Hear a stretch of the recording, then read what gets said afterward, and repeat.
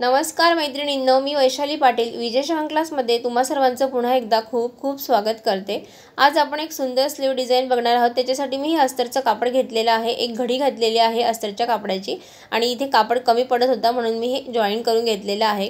आता ह्या कापडाची परत एक दुसरी घडी घालायची आहे ही अशी, आणि त्यानंतर इथे एक सारखं करून घ्यायचं आहे बॉटमला आणि मग इथे बाहीचे माप टाकायचे आहेत। आता इथे बाही उंची आहे 9 इंच प्लस सिलाई मार्जिन मिळून इथे 10 इंचावर बाही उंचीचं मार्किंग केलेलं आहे, कारण खाली पाव इंच किंवा अर्धा इंच आणि वरती अर्धा इंच हे सिलाई मार्जिन जात असतं, म्हणून एकूण इथे 10 इंचावर बाही उंचीचं मार्किंग केलेलं आहे। आणि त्या मार्किंग केलेल्या इथे अशी रेषा आखलेली आहे। नंतर आता ह्या बाही उंचीचं जे मार्किंग आहे तिथूनच आतमध्ये कॅफ हाईटचं माप टाकलेलं आहे 3 इंचावर आणि तिथे वरती ही अशी रेषा आखलेली आहे। त्या रेषेवर आपल्याला आता बाही मुंड्याचं मार्किंग करायचं असतं इथे। त्यानंतर खाली इथे बाही बॉटमचं माप टाकायचं आहे। बाही बॉटम आहे 5.5 इंच दंडघेर आणि पुढे 2 इंच सिलाई मार्जिन, हे पाव इंच सोडून त्या रेषेवर इथे मार्किंग केलेलं आहे। त्यानंतर आता ह्या रेषेवर आपल्याला बाही मुंड्याचं माप टाकायचं आहे। बाही मुंडा इथे आहे 5.8 इंच, तर अर्धा इंच कमी करून इथे 7.25 इंचावर मी इथे मार्किंग करून घेत आहे आणि पुढे 2 इंच सिलाई मार्जिन, कारण हे तिरकस जर मोजलं हे असं तर ते बरोबर 5.8 इंच येत असतं म्हणून। आता त्यानंतर आता इथे हे जे फिटिंग सिलाईचे पॉईंट आहेत, सिलाई मार्जिनचे पॉईंट आहेत ते जोडून घ्यायचे आहेत। जेवढं मार्जिन तुम्ही ब्लाऊजमध्ये घेतलेलं असेल तेवढंच इथे मार्जिन घ्यायचं आहे। बाही कटिंगवर मी बरेच व्हिडिओ टाकलेले आहेत, ते तुम्ही बघा, अगदी सोपी पद्धत आहे। आता हे पॉईंट जोडून घेतलेले आहेत। त्यानंतर इथे 2 इंचावर मार्किंग करून इथून हे असा हा बाहेरील मुंड्याचा आकार द्यायला सुरुवात करायची। त्यानंतर आतील मुंड्याचा आकार इथे द्यायचा आहे। हा आकार कसा देतात त्याच्यावर पण मी सेपरेट व्हिडिओ बनवलेला आहे, तो तुम्ही बघा। बाही कटिंगवर खूप व्हिडिओ बनवलेले आहेत, ते तुम्ही बघा, अगदी सोपी पद्धत असते ही बाही कटिंगची। आता हे जसं मार्किंग केलेलं आहे त्याप्रमाणे हे कट करायचं आहे। आता हे दाखवल्याप्रमाणे हे असं कट करून घ्यायचं आहे। त्यानंतर मग आतील मुंड्याचा आकार कट करायचा आहे। आता ही बाही जी आहे ती ओपन केली आणि मग हा जो आतील मुंड्याचा आकार आहे एका बाजूला तो कट करायचा आहे। एका बाजूचा हा आतील मुंड्याचा आकार कट केलेला आहे आणि नंतर परत एक घडी घालायची आणि सेंटरमध्ये इथे कट द्यायचा। त्यानंतर आता इथे आपल्याला बाही डिझाईनचं मार्किंग करायचं आहे।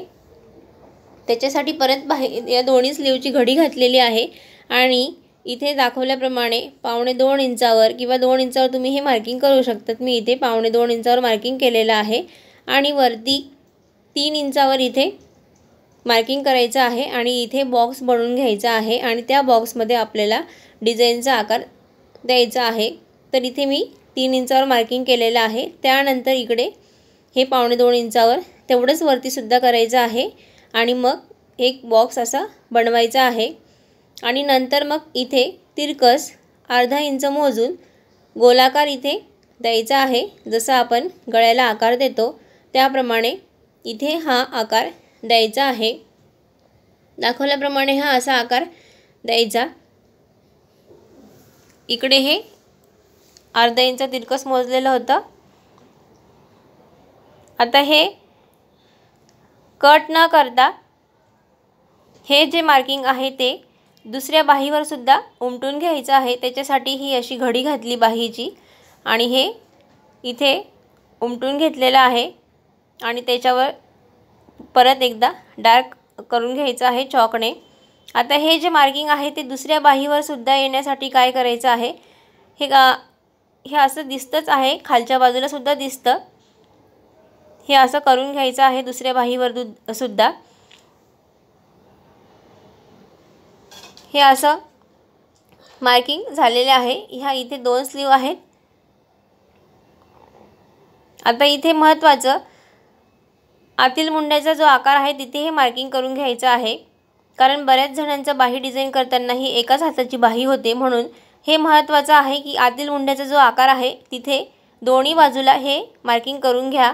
इथे जसं केलेलं आहे त्याप्रमाणे आता हे मेन फॅब्रिकवर ठेवून कट करून घ्यायचं आहे। साईडने एक्स्ट्रा कापड ठेवून अर्धा पाऊण इंच एक्स्ट्रा ठेवून हे कापड कट करून घ्यायचं आहे मेन फॅब्रिक। आणि मग आता हे कसं सेट करायचं ते बघूया। बऱ्याच वेळा एकाच हाताच्या बाह्या होतात म्हणून काय करायचं, ही जी कपड्याची जी बाजू आहे ही मेन फॅब्रिकची सुलट बाजू आहे, सुलट बाजूवर हे अस्तर ठेवलेलं आहे। तर आता काय करायचं, ही एक वरची बाही खाली ठेवली तरीसुद्धा हे बरोबर सेट होतं। आता हे असं सेट केलेलं जर तुमच्याकडनं हे असं इकडे तिकडे झालं कापड तर काय करायचं, इथे एकच लक्षात ठेवायचं, ह्या दोन्ही ज्या स्लीव आहेत त्या आकाराप्रमाणे ठेवायच्यात। एक दोन्ही बाजूला एकसारखा आकार राहील ह्याप्रमाणे। आणि नंतर ह्या दोन्ही स्लीवची अशी घडी घालायची आहे आणि इथे मार्किंग करून घ्यायचं आहे आतील मुंड्याच्या आकारावर। त्यानंतर आता इथे हे जे मेन फॅब्रिक आहे ते सुलट बाजूने ठेवायचं आणि हे दोन्ही काठ समोरासमोर येतील ह्याप्रमाणे ठेवायचं आणि मेन फॅब्रिक हे सुलट बाजूने ठेवायचं सरळ बाजूने। आणि इथे हे अस्तरचं कापड ठेवताना एकच लक्षात ठेवायचं, हा जो आतील मुंड्याचा आकार आहे जिथे आपण मार्किंग केलेलं होतं तो इथे याच्या समोर दुसरा आतील मुंड्याचा आकार यायला पाहिजे बाहीचा। आता इथे हा बरोबर समोरासमोर आलेला आहे, हा जो आतील मुंड्याचा आकार आहे त्याच्या समोरच हे आलेला आहे दुसऱ्या बाहीचाही। याप्रमाणे हे असं सेट करायचं। त्यानंतर आता इथे पिनअप करून घ्यायचं म्हणजे कापड इकडे तिकडे होत नाही। इथे लक्षात ठेवायचं हे मेन फॅब्रिकच्या सुलट बाजूवर ठेवलेलं आहे। आता इथे सिलाई घेताना ही अशी घ्यायची आहे, त्यानंतर मग अशी आकाराप्रमाणे परत इथे सुई कपड्यात अडकून ही अशी इकडे सिलाई घ्यायची आहे। सिलाई घेताना खाली अगदी काठावर घ्यायची नाही, पाव इंच मार्जिन सोडायचं आहे हे असं। आणि इथे कोण आलेला आहे तर सुई कपड्यात अडकवायची आणि कपडा फिरून मग इथे आकाराप्रमाणे सिलाई घ्यायची आहे। त्यानंतर परत इकडे कॉर्नर आलेला आहे तिथे सुद्धा सुई कपड्यात अडकून पाव इंच सिलाई मार्जिन सोडून इथे सिलाई घ्यायची आहे आणि मग हे उलटवायचं आहे। आता इथे ही अशी सिलाई घेतलेली आहे, इकडे ही अशी घेतलेली आहे। त्यानंतर आता दुसरी स्लीवसुद्धा ही अशी तयार करून घ्यायची आहे। इथे एकच लक्षात ठेवायचं, जोडल्यानंतर दोन्ही बाह्यांचा जो आतील मुंड्याचा आकार आहे तो समोरासमोर दिसायला पाहिजे हे असं।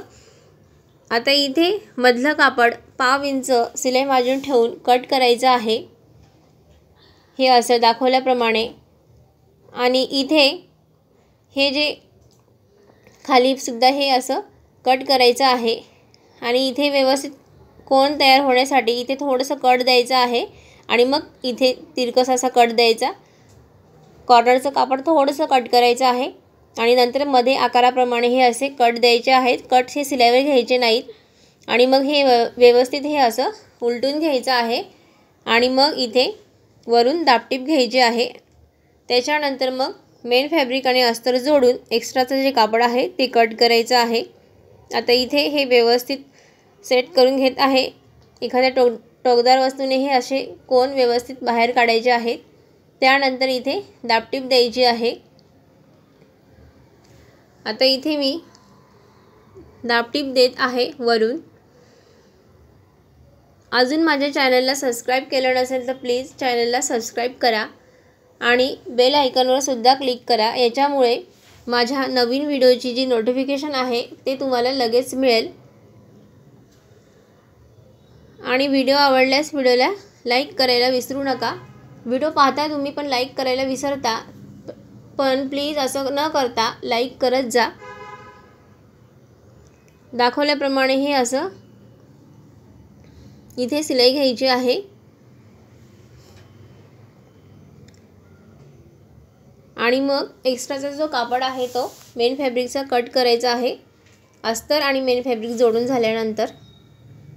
आता इथे दापटीप घेऊन झालेली आहे। त्यानंतर मग आता इथे अस्तर जोडून मेन फॅब्रिक कट करायचं आहे। एक्स्ट्राचं जे कापड आहे ते मेन फॅब्रिकचं हे असं कट करून घ्यायचं आहे। आता इथे मी दोन्ही स्लीव तयार करून घेतलेले आहेत।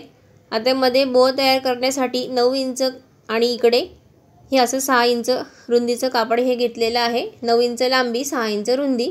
त्याच्यानंतर इथे शिलाई घ्यायची आहे आणि थोडंसं कोपरा इथे सोडायचा आहे याच्यासाठी की कापड उलटवता यावं म्हणून. मी आता इथे शिलाई घेतलेली आहे चारी बाजूला. फक्त चौथ्या बाजूला इथे थोडंसं ओपन ठेवलेलं आहे. ते कापड उलटवण्यासाठी हे असं कापड उलटून घेतलेलं आहे. त्यानंतर जिथे ओपन ठेवलेलं होतं तिथे शिलाई घ्यायची आहे, शिलाई मारून घ्यायची आहे. काठ थोडेसे मध्ये टाकायचेत आणि मग तिथे शिलाई घ्यायची आहे. आता इथे दाखवल्याप्रमाणे हे असे काठ मध्ये टाकायचेत आणि मग त्याच्यावर एक शिलाई घ्यायची आहे. दाखवल्याप्रमाणे ही इथे अशी शिलाई घ्यायची आहे. त्यानंतर याचा बो तयार करून घ्यायचा आहे. आता इथे सुई धाग्याच्या मदतीने सुद्धा तुम्ही बो तयार करू शकतात किंवा दाखवल्याप्रमाणे हे अशा कपड्याच्या खालून आणि वरून अशी कपडा घडी करून किंवा फोल्ड करून हे असं जसं आपण कागदाचं फुलपाखरू पंखा असं बनवतो ना आपण कागदाचा, त्याप्रमाणे हे असं करून इथे शिलाई घ्यायची आहे. हे तुम्हाला असं जमत नसेल तर मग काय करायचं, सुई धाग्याने सेंटरमध्ये छोटे छोटे टाके टाकायचे आणि दोरा खिचून दोऱ्याला गाठ मारायची आहे. ह्याप्रमाणे सुद्धा तुम्ही हे असं करू शकतात. मी इथे कागदाचं आपण जसं पंखा फुलपाखरू बनवतो त्याप्रमाणे हे असं करून घेतलं आहे कपड्याचं आणि मग आता हे जोडून घ्यायचं आहे. दाखवल्याप्रमाणे हे असं जोडून घ्यायचं आहे. इथे शिलाई पॅक करायची आणि मग इकडे हे असं दोन्ही बाजूला वरती सारखंच अंतर राहील याच्यासाठी इथे मार्किंग करून घ्यायचं आणि त्याप्रमाणे हे जोडायचं. इथे शिलाई पॅक करायची. त्याच्यानंतर ह्या बाजूला सुद्धा हे असं व्यवस्थित खालून सेट करायचं. खाली वरती दिसणार नाही ह्याप्रमाणे इथे व्यवस्थित सेट करून मग याच्यावर शिलाई घ्यायची आहे. आणि त्याच्यानंतर मग इथे सेंटरमध्ये तुम्ही मणी अटॅच करू शकतात किंवा कापडाची पट्टी सुद्धा लावू शकतात. इथे मी मणी अटॅच करणार आहे जसं की इथे केलेलं आहे ह्याप्रमाणे. आता ही अशी सुंदर स्लीव तयार झालेली आहे. ही अशी स्लीव खूप छान दिसते आणि कोणालाही शोभून दिसते, कोणत्याही वयाला शोभून दिसते. खूपच छान वाटते. तुम्हाला माझा हा व्हिडिओ कसा वाटला कमेंट करून नक्की सांगा. आता मी ह्या स्लीव जोडून सुद्धा घेतलेल्या आहेत ब्लाऊजला आणि पाठीमागे व्ही नेक घेतलेला आहे. याचाही व्हिडिओ चॅनलवर लवकरच अपलोड करणार आहे. तुम्हाला ही डिझाईन कशी वाटली कमेंट करून नक्की सांगा. चॅनलवर नवीन असेल तर प्लीज चॅनलला सबस्क्राईब करायला विसरू नका. धन्यवाद.